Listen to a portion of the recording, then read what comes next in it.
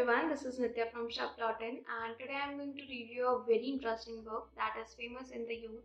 It is called The Psychology of Money and it is written by Morgan Housel. Coming to the structure of the book, this book is divided into 22 parts.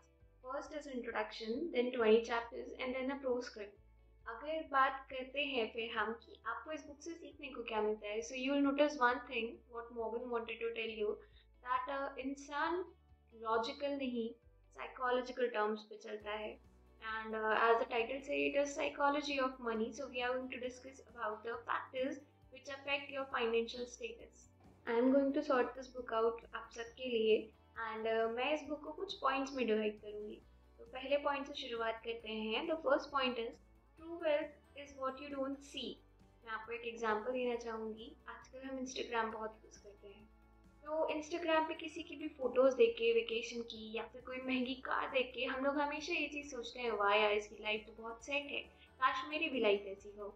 But जो हम नहीं देखते हैं वो ये चीज़ होती है कि उसको कितना स्ट्रेस है, या वो जो जॉब कर रहा है उसमें उसको कितना सेटिस्फैक्शन है, या फिर वो जो कार की EMI है उसकी सैलरी से ज़्यादा है या कम है. हम ये सारी चीज़ें नहीं देखते हैं और इस सब चीज़ से हमारा जो थिंकिंग पैटर्न है वो बहुत इफेक्ट होता है. बिना पूरी पिक्चर देखे हम जज कर लेते हैं कि this should be our life. अगर किसी को देख के आप कुछ फ्लैशी एंड एक्सपेंसिव चीज़ खरीद भी रहे हैं तो सोसाइटी वाले जो हैं, सोसाइटी में जो लोग हैं वो उस चीज़ का रिस्पेक्ट करेंगे, ना कि आपका रिस्पेक्ट करेंगे. आपने देखा होगा कि कभी भी कोई लग्जरी कार हमारे सामने से निकलती है, हम लोग बोलते हैं यार वाओ कितनी सुंदर कार है, हमें नहीं मालूम कि अंदर कौन है. ट्रू वेल्थ इज समथिंग जो आपको एक इंडिपेंडेंट लाइफ देता है. So coming to the second point which I have noted down, it is you pay a price for everything. कुछ भी फ्री में नहीं होता है. Morgan in this book have given an example एक कार परचेजिंग का. उन्होंने आपको तीन ऑप्शन दिए हैं. फर्स्ट इज कि आपको एक एक्सपेंसिव कार खरीदो. सेकेंड इज कि आप कॉम्प्रोमाइज करके थोड़ी सेकेंड हैंड कार खरीद लो, कोई भी नॉर्मल सी कार. थर्ड इज आप कार को चुरा लो. हमें से कोई भी कार को चुराने वाला चीज़ नहीं देखेगा, कोई भी वो ऑप्शन नहीं चूज करेगा. बट जिस इंसान ने वो ऑप्शन चूज किया है उसे नहीं दिख रहा है कि आगे चल के क्या क्या प्रॉब्लम्स हो सकती हैं. तो मॉर्गन ने इस चीज़ को कंपेयर किया है कि जब भी आप अपना पैसा होता है उसको तीन ऑप्शंस में डिवाइड करिए. या तो आप उसे अपने पास रख लीजिए, वो खर्च हो जाएगा, आगे कोई भी रिटर्न नहीं आएगा. सेकेंड इज कि आप उसको एक रिस्क लेके थोड़ा सा किसी स्टॉक में इन्वेस्ट करते हैं. आप वहाँ पे इन्वेस्टमेंट कर रहे हैं अगर आपको रिस्क है एक प्रॉपर वहाँ पे. एंड थर्ड ऑप्शन इज कि आप एक सेफर जगह पे अपना कोई भी इन्वेस्टमेंट रख रहे हैं. सपोज करिए गोल्ड रख रहे हैं या FD करा रहे हैं. दैट इज सेफ, बट वहाँ पे आपको इन्वेस्टमेंट थोड़ा कम मिलेगा, इंटरेस्ट कम मिलेगा, सॉरी. तो मॉर्गन ने ये जो ऑप्शन सेफर ऑप्शन है उसको कंपेयर किया है चोरी वाली कार से, क्योंकि चोरी वाली कार का डिसीजन एंड सेफर जगह पे विदाउट एनी रिस्क इन्वेस्टमेंट करना कम इंटरेस्ट के साथ, that is also an option जो आपको बाद में रिग्रेट कराएगा. Moving further in the book, Morgan ने बोला है कि जो अपनी कामयाबी होती है that is a result of compound efforts. Constantly effort करते रहिए, आपको सक्सेस मिल जाएगी, बट डिस्ट्रक्शन के लिए सिर्फ एक फेलियर काफ़ी होता है. अगर तीसरे पॉइंट की बात करें, so I would like to address कि getting wealthy and staying healthy are two different things. For staying healthy you need self control.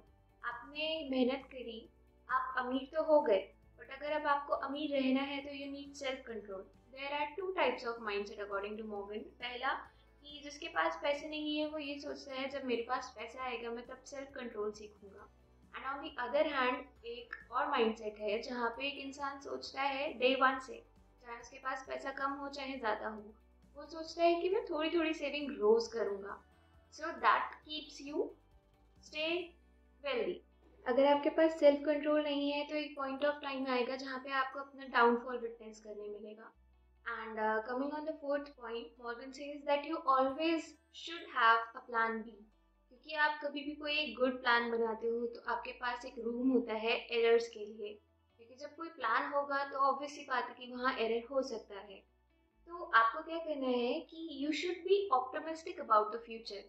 कि जो फ्यूचर होगा वो अच्छा होगा क्योंकि आप कॉन्स्टेंटली मेहनत कर रहे हो. बट आपकी जो आज की सक्सेस है, व्हाट इज द, आपको बस इतना करना है कि आपको फ्यूचर के लिए ऑप्टिमिस्टिक फील करना है कि आप मेहनत कर रहे हो, कांस्टेंट एफर्ट डाल रहे हो, तो that will be a day जहाँ पे आप सक्सेसफुल होगे। बट आपको आज जो आपकी सक्सेस है उस पर फोकस करना है, उसको एकदम अलर्ट रह के देखना है कि वहाँ तो कोई दिक्कत नहीं है। आप जो मेहनत कर रहे हैं वहाँ पे ही अगर कोई लूप होल है तो वो आगे की सक्सेस में आपको डिफिकल्टीज देगा। तो आगे बढ़ते हुए मॉर्गन ने बुक में बोला है कि आपकी सैलरी अगर कम भी है, आप तब भी अमीर बन सकते हैं by making small small savings. आप हर दिन थोड़ी सी सेविंग करिए, आप हर दिन अमीर बनेंगे। बट अगर आपके पास सेविंग करने का लिए कुछ भी नहीं है, आप सेविंग के लिए कुछ भी नहीं बचा रहे हैं, तो there is nothing, because saving gives you a sense of financial freedom. And coming to the end and most important part, which is timeless advice on money by Morgan himself. तो उन्होंने 7 एडवाइस आपको दी हैं। मैं शुरू करती हूँ। पहली advice is independent decision.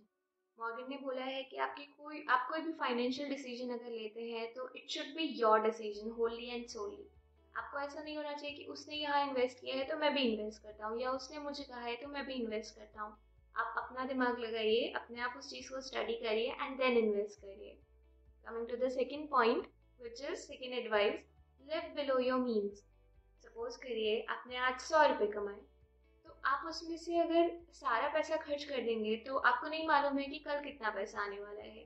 There is uncertainty about the future. But अगर आप आज के टाइम में ही 100 रुपये में से 50 रुपीज सेव कर लेते हैं एंड देन 50 रुपीज खर्च कर देते हैं, तो आपको ये टेंशन नहीं होगी कि आने वाले कल में क्या होगा। तो third is seek pleasure from low cost और फ्री एक्टिविटीज। तो मॉर्गन ने एक एग्जाम्पल दिया कि आप बहुत लैविश चीज़ों में मत पड़ो। जहाँ पैसा खर्च हो रहा है उन चीज़ से बचने की जगह कोई ऐसी एक्टिविटी ढूंढो जो फ्री ऑफ कॉस्ट है और आपको मल्टीपल बेनिफिट्स दे सकती है। एग्जाम्पल के तौर पे देखिए एक्सरसाइज। आप एक्सरसाइज करके हेल्दी भी रहेंगे एंड वहाँ पे आपका कोई पैसा भी नहीं खर्च हो रहा है। So that he wanted to tell you कि आप पैसे कम कम खर्च करने वाली एक्टिविटीज़ में अपने आप को ज़्यादा इन्वॉल्व रखें। Moving towards the fourth advice which he wanted to tell you, that maintain 20% of your wealth in liquid funds. कल को मार्केट की हालत क्या है नहीं मालूम है, बट अगर आप थोड़ा सा कैश अपने पास रखेंगे इन अ लिक्विड फॉर्मेट फंड तो वो आपको काम आएगा। आपको तुरंत के तुरंत अपने स्टॉक्स नहीं बेचने पड़ेंगे because you have the savings already with you. And then fifth advice is compounding requires no interruptions. तो मॉर्गन ने बोला है, और ये चीज़ हम भी खुद भी जानते हैं, कि अगर आप किसी चीज़ में एफर्ट डाल रहे हैं, किसी चीज़ में मेहनत डाल रहे हैं, तो there should be a continuity. ऐसा नहीं होना चाहिए कि एक दिन कर लिया, 2 दिन कर लिया, तीसरे दिन आप गायब हो उस चीज़ से। नो, ही सेड कि कोई भी इंटरप्शन नहीं होना चाहिए आपके कॉन्स्टेंट एफर्ट्स में, because success is the result of compound efforts. Then sixth advice which he wanted to give is कि आपके पास एक स्ट्रैटेजी होनी चाहिए जिसमें हाईएस्ट ऑड्स हो आपको आपके गोल तक पहुंचाने के लिए।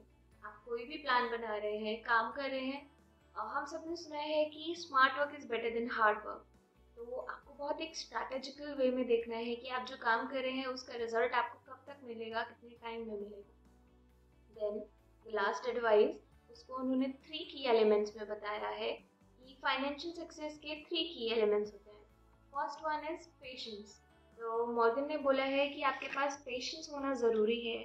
अगर आप कंपाउंड एफर्ट्स लगा रहे हो तो ऑब्वियसली बात है कि उसमें थोड़ा सा टाइम लगेगा। The second point he wanted to tell you is कि हाई सेविंग रेट। पूरे कॉन्स्टेंटली उन्होंने बुक में ये चीज़ बोला है, सेविंग इज द की। आप सेव करिए so that you can see the results in the future. Third is long term optimism. Stock market या इन्वेस्टमेंट, आप लोगों ने देखा होगा SIPs आजकल बहुत ट्रेंडिंग है। तो SIP में क्या रहता है कि अगर आपने 2-3 दिन के में देखा आपका जो इंटरेस्ट रेट है ट्रेंडिंग नहीं है, वो नीचे जा रहा है, तो you will withdraw your money. But what he wanted to tell you कि आपको दूर तक देखना है कि आज मैंने यहाँ इतना इन्वेस्ट किया है, कल मुझे रिजल्ट नहीं मिलेगा, तो some day there is the day जहाँ आपको रिजल्ट मिल जाएगा। एंड सो आई होप कि आपको ये वीडियो अच्छा लगा होगा। मैंने बहुत सारे रिव्यूज़ और भी बनाए हैं and I will keep making reviews for you. अगर आप चाहें तो कमेंट सेक्शन में मुझे कोई बुक सजेस्ट कर सकते हैं। Thank you so much for watching. Have a great day.